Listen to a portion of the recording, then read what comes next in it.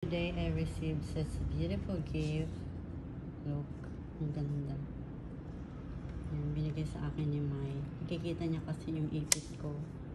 Laging yun na yun, laging nasisira. And ayan, oh, ang ganda. Diba?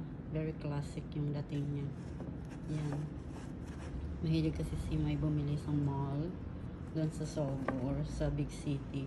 Magaganda yung product niya. Ayan, ang ganda. Diba? Kaysa naman itong suot-suot ko yung gamit ko palagi. Ito, oh. Diba? Oh, kasi pag may gamit na isa, yun na yun lang talaga. Pag nasira, sa ako siya papalitan.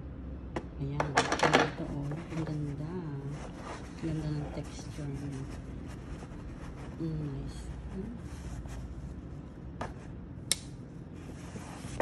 Ay! Nalaglag siya. Ay! Ay! Ayan, masik na malaglag. Ayan, kaya thank you so much, Mai, sa mga gift na to. I really appreciate it.